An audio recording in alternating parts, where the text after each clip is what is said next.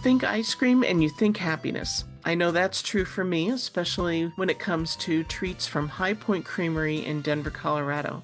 I'm Courtney Drake McDonough, the publisher and managing editor of RealFoodTraveler.com and host of the Real Food Traveler podcast. My guest today is Erika Thomas, owner of Point Creamery, who uses local ingredients and scratch-made ingredients to create some really unique flavors of ice cream. So welcome, Erika. Why don't I let you go ahead and introduce yourself? My name is Erika Thomas, and I am the boss lady of High Point Creamery.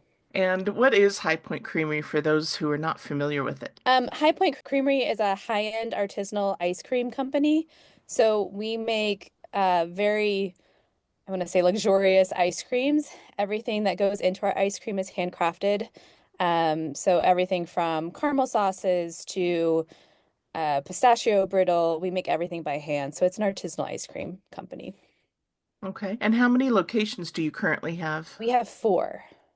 Where in the city are those located? What parts of town? They're all located within Denver Metro, well, actually in the city of Denver. So our first shop is located on Holly Street in Alameda, and that was the original OG. The second one is in the Denver Central Market, which is in the Rhino neighborhood on Larimer and 27th. Then there's Tennyson location, and that is um, Berkeley and Tennyson. And then we have our final one is in Central Park, and that's on the Oval in the Central Park neighborhood.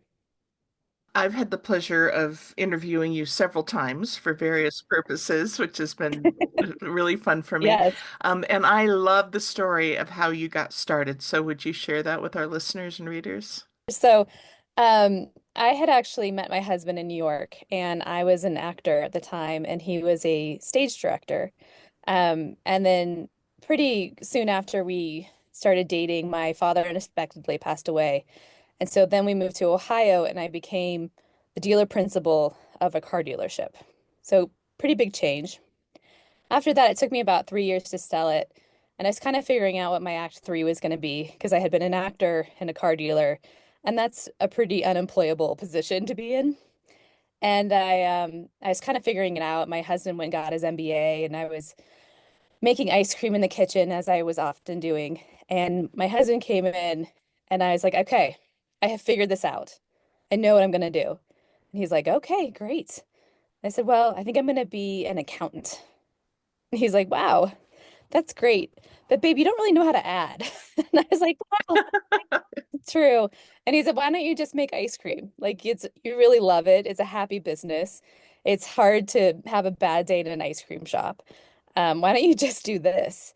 And I kind of was like looking at the ice cream that I was making, and I was like, you're crazy. Like no one makes a living making ice cream. Like this is the craziest idea I ever heard. And anyway, about 3 years later, we opened our first ice cream shop. Oh, well, what were you doing in those 3 years in between that time? Well, I was having babies. Oh, okay. And then I went to Penn State Ice Cream School. So they have a short course school where you learn kind of the real mechanics of ice cream and casings and whey and all the structure and all the things that go into ice cream. And then we were also moving from Ohio to Denver. So there's a lot of steps involved in that. And then once we got here, we had to find a location, and then that took about 6 months or so. Okay, so the idea of having an ice cream shop didn't go kaput when you said that's crazy. I mean, he usually says things, and my reaction is that's crazy. And then it takes me some time to like absorb it and think through it and go, oh, that's not really such a bad idea. But yeah, my first one is always rejection. No, we're not doing this. And then I kind of get talked into it. Like shop two and shop three and shop Yeah. four. Yeah. You have very unique ice cream flavors. Tell us about some of those and how you come up with the ideas for them because they are not the typical. Well, I think part of the reason why my rejection of let's have an ice cream shop is that I didn't want to copy anybody else, and I didn't want to be just a poor imitation of something that someone was already doing. And so I was trying to create flavors that were unique and still tasted really good. And so I decided to make a pesto ice cream. And I went to the farmer's market, and I got basil, and I, steeped a rind of Parmesan and toasted pine nuts and went through the whole thing, and it was terrible. And I was like, and of course, Chad, like my husband, I always make him taste it. I'm like, no, just try it again. He's like, I really, really don't want to. Please stop making me like eat this. And I was like, okay, fair. And then I was kind of like, well, I kind of like the basil ice cream. So I went back to the farmer's market to get more basil, and next to the basil was blackberries. And I thought, oh, well, what if I like sweeten it up with the blackberries and kind of balance the flavors? And so basil with blackberry swirl is still our signature flavor, and we've been making it for 12 years. And it was the Wow. first time when I first made it where I was like, okay, I've never seen anything like this. This is completely out of my own head. Maybe I can do this. Like maybe, we're capable. Maybe I can actually do this. And that was like the first time that I was like, okay, an ice cream shop. Okay, we're gonna start it with this. Tell us about the birth of a couple other unique flavors you have. One of our more unique flavors is called Salty Dog Chocolate. And what happened with that is we were making chocolate, and I had a line cook who put in tablespoons of salt instead of teaspoons. And I was pretty salty about it because we were brand new and every dollar counts and chocolate's very expensive. So I said, well, just put it into the dipping cabinet and call it Salty Dog Chocolate because I was mad about it. And it's still one of our most popular flavors. Wow. So did you end up changing the recipe, the balance of the salt? Or you kept it? I tweaked it a little bit, but it's pretty much on par with what we were doing. So it's a medium bodied chocolate with sea salt, and so it tastes like a brownie batter or like a fudgesicle. And so the salt really brought out something interesting with it. And that's kind of where that birth happened. Yeah. What about some of your seasonal flavors? Because you have really delicious ones. We sometimes we're trying to work through something like it's a problem. Like we have a like one year someone bought like 4 gallons of blood orange puree, which is a tremendous amount of puree for an ice cream shop. So we're always trying to figure out what do we do with this. And so I kind of came up with the idea of like, okay, how can we use this? I just don't want to throw it away. How can I sweeten this up to make it sound like to taste good? And so that's where Dreamsicle came from. So I was making an orange popsicle out of that puree and into, a vanilla-based ice cream. So, and it's again one of our more popular flavors. We need to bring it back every summer usually. And then there's other times where I just have some nostalgia for things. Like one of our seasonals is dark chocolate orange with marshmallow, and that's always a winter seasonal for us. And that's because as a kid, I always got a chocolate orange in my stocking. And like for me, those two flavors are just Christmas. Like it's just a winter Christmassy nostalgic flavor for me. Yeah, that why I'm curious why you added the marshmallow, just because they're wintry Just to zing it up a too. little. Okay, Yeah, okay. just to elevate it a tiny. Yeah, Yeah. that sounds delicious. They all do. They all sound delicious. In your introduction, you mentioned that you do a lot of things from scratch, and I'm sure that's very labor intensive. Why do you make the extra effort to do that? Um, I guess like I don't really have an interest. I'll use our cookies 3 ways and cream ice cream as an example. We started out we never had a cookies and cream ice cream, and we obviously got asked for a lot because it's a very common flavor. And I just had no interest in throwing Oreos into a base and calling it a day. It's just not interesting to me. It's boring. Like anyone can do that.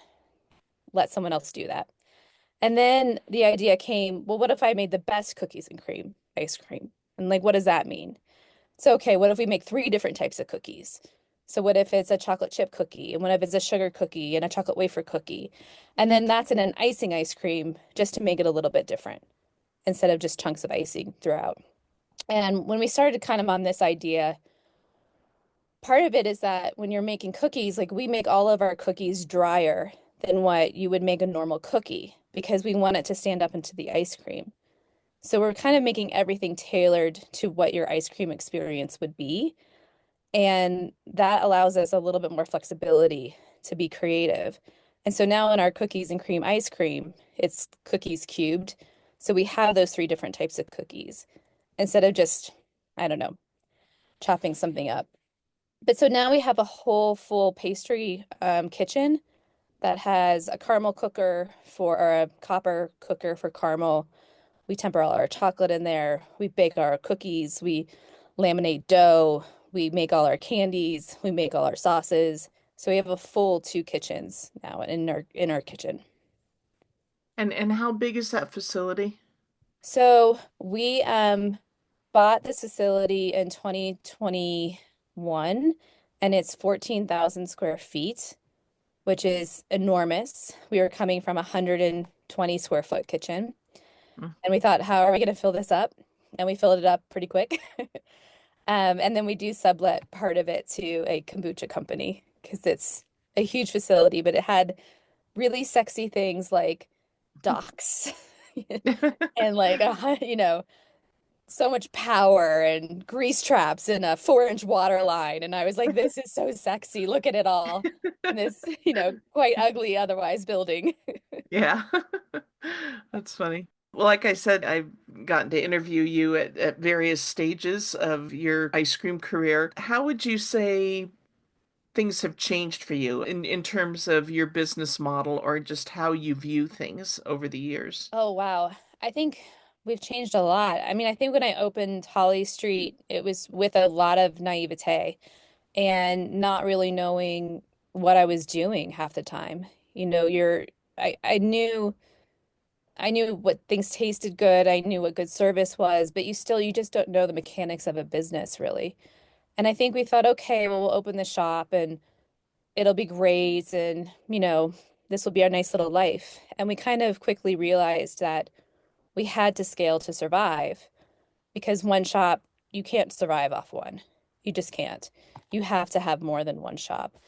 And I think through that, you just grow and you learn more every day about how to scale management, how to automate things, how to cross-reference between 4 different shops now, and a production facility. So I have 5 locations. So I think I'm much wiser now. Um, I'm not quite as starry-eyed as I once was about the state of, oh, anything's possible. I still think anything's possible, but I think it's a tremendous amount of work. And I think a lot of times, you kind of think, oh, well, other people have done this. We'll just open it and it'll be fine. And you really have to go through just working day in, day out to make it happen. Hmm. And how do you think you personally have changed over the years? Um, Gosh, I think I mean, I think we're all different people than we would be 10 years ago. And I think a lot of that had to do with I had very small children when we started. My daughter was 2 and my son was 4. And now I have a teenager and a almost teenager.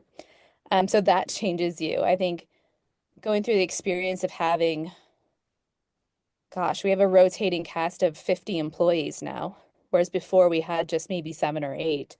That's a whole different world of HR and compliance and making sure that everyone's getting their sick pay and all the requirements now are completely different. Denver's a different town than it was when we first started. Um, so I think I'm a different person from trying to adjust to those.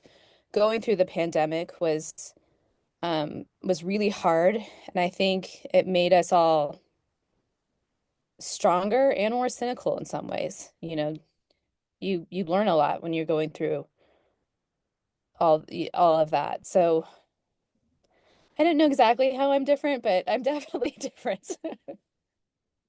Well, your mention of the pandemic leads right into my next question that you were recently on the Tamron Hall show. Congratulations. I watched that. That was very interesting. And you were very honest and very raw about the whole pandemic experience. And I was really touched by your honesty and sad for you guys for what you went through. I mean, we all have stories of that time out there, but can you share a little bit about what it was like, what it took for you to come out on the other side, both financially, but also just emotionally and mentally?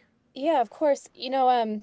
When we first got shut down in March, I actually had just come back to work from what we now know was COVID. Um, we'd all gotten it early. And by we, I mean, especially at the Denver Central Market, all of my employees had the flu in January and February. And we think it was because we have so many tourists there from all over the world. And so I had been, the sickest I'd ever been in my life. And I came back and we shut down 3 days later. And I had written an op-ed which was kind of talking about how during the 1930s crash, um, there's the stories of all these stockbrokers who threw themselves off the building and committed suicide that day. And as a kid, when you would hear these stories, like I never understood it. Like, why would you like kill yourself over money? Like, why would you be so devastated that you would literally like throw yourself out of your office building? I just never understood it.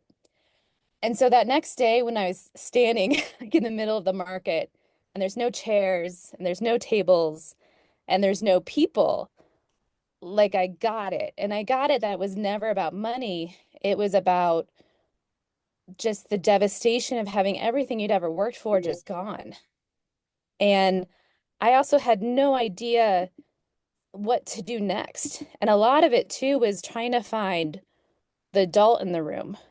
Like, okay, well, surely someone's going to show me how to navigate a restaurant during a pandemic, or someone's going to tell me what I should do. And we all remember there was so many conflicting hypotheses and so much contradiction of this is what we're supposed to do that we all had to figure out completely on our own without any track record. And so at that point, I didn't know, is it best to fire everyone and close? Or if we just stay open and everyone has a job, is that better for everyone? So I took the position of fighting to make sure that we could not lay anyone off, keep open, switch our whole sort of business model from a scoop shop to a pint shop. And everyone wanted milkshakes and pints. Those are the two things people wanted. And rotating that and making sure that everyone had a job and fighting for that with so much contradictory, you should be closed, you shouldn't be open. Um, why do I have to wear a mask? All that sort of conflict that you have and trying to fight through it. And some from pushback from my employees too, like, well, all my friends are laid off and they don't have to work right now. So why do I have to? So there was so much. And then there's others who were just so grateful that they still had a job because no one else did and that they could have a future. Um, and then meanwhile at home, we're like, have no money. We're making sure everyone has payroll. We mortgaged our house, took out all the HELOCs, and we were just all trying to do the best we could. And at the same time, on sort of a different note, I felt like I was in a whole different world than all of my friends who were having like Zoom cocktail parties, and they were working from home and that was great for them. But I was like, I am fighting for my life out here. Like I am outside in the world with everyone else, like fighting. And they like just couldn't, it was a two different worlds, really. And I think you had that with a lot of people, not just me, but like there was definitely people who were tradespeople, right? Who work with their hands, who cannot work from home. And then you had people who always could, or maybe this is the first time they're like, yeah, I can write from home. I can do accounting from home. There's things I don't need to be in an office for.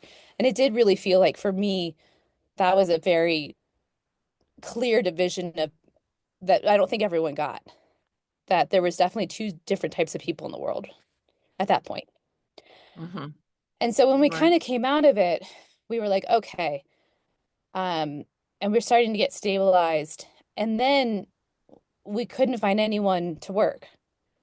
It was so hard to find any, like, we rely on college kids, and there just wasn't anybody. So we were like staffed up with high schoolers and trying to give like great customer service and working crazy hours, bouncing from shop to shop, filling every hole that there was, making sure everyone had coverage. I mean, it just felt desperate for a really long time. And so I think you probably saw this in your work that in, 2022, there was just started to be this rash of restaurant closings. And I think it was honestly just because everyone was tired. It was just an exhausting time to come through that, especially when, we opened an ice cream shop to because it's hard to have a bad day in an ice cream shop. And so we always joke like we're not brain surgeons, we're not heart surgeons. This is ice cream. Like this is not the end of the world. This is a very like happy business. And then all of a sudden, you're being making sort of what you think at the time is, and maybe it is, are these life and death decisions. Do we open? Do we close? Do we do to go? Like it becomes much more resonant, I think. Wow. That was a lot. That was a lot. How did you keep your spirits up during that time? I don't know that I did, to be honest. I think I was just trying to get by. And it was hard to find the joy in things. And our tagline is lavishly crafting joy.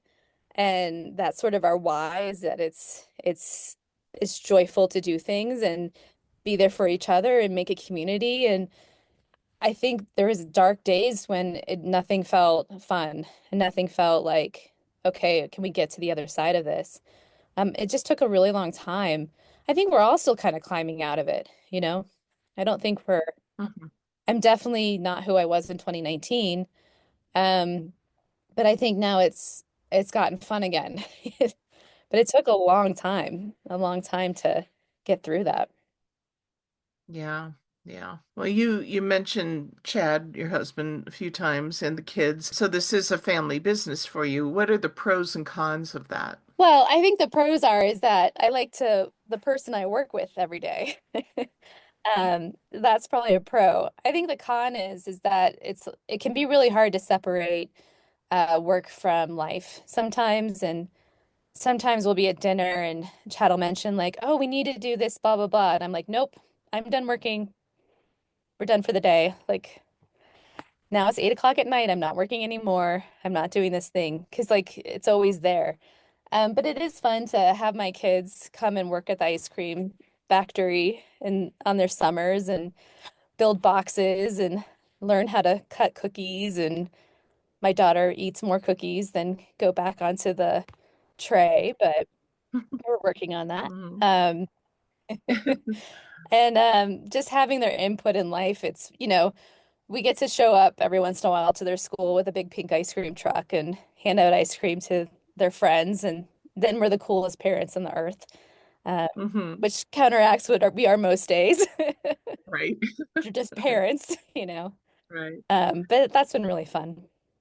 Yeah. Do you think they're going to want to be in the business later on? I don't think so. My son, he wants to be a mechatronic engineer, which I don't really know what that means, but Yeah, I was going to ask. I've never heard of it'd that. be like making like suits for the military, Oh, kind of like Iron interesting. Man, but not as cool, I think. Oh, But he wants to go into robotics essentially. And then okay. my daughter wants to do whatever will make her the most money, which is Okay. definitely not being an ice cream. Yeah. No. No. Open a bar. Um, That's what, right, yeah. right, right. Your most recent shop is in the Central Park neighborhood of Denver, and it's very colorful. And last time we talked, you talked about how you design the interiors of the different shops and why this one was so different. Would you tell us about that? Yes, I think when I first opened, I had this very clear idea of everything had to be sort of neutral and very high-end products and marble and polished wood and the ice cream was the star. And I kind of really kept to that. And that was a very clean sort of shop. And I think because Central Park was after COVID and everything seemed so gray then, that I just wanted it to be an explosion of color and fun and joy again. And so for me, it was sort of the most reflective of kind of where I'm at now.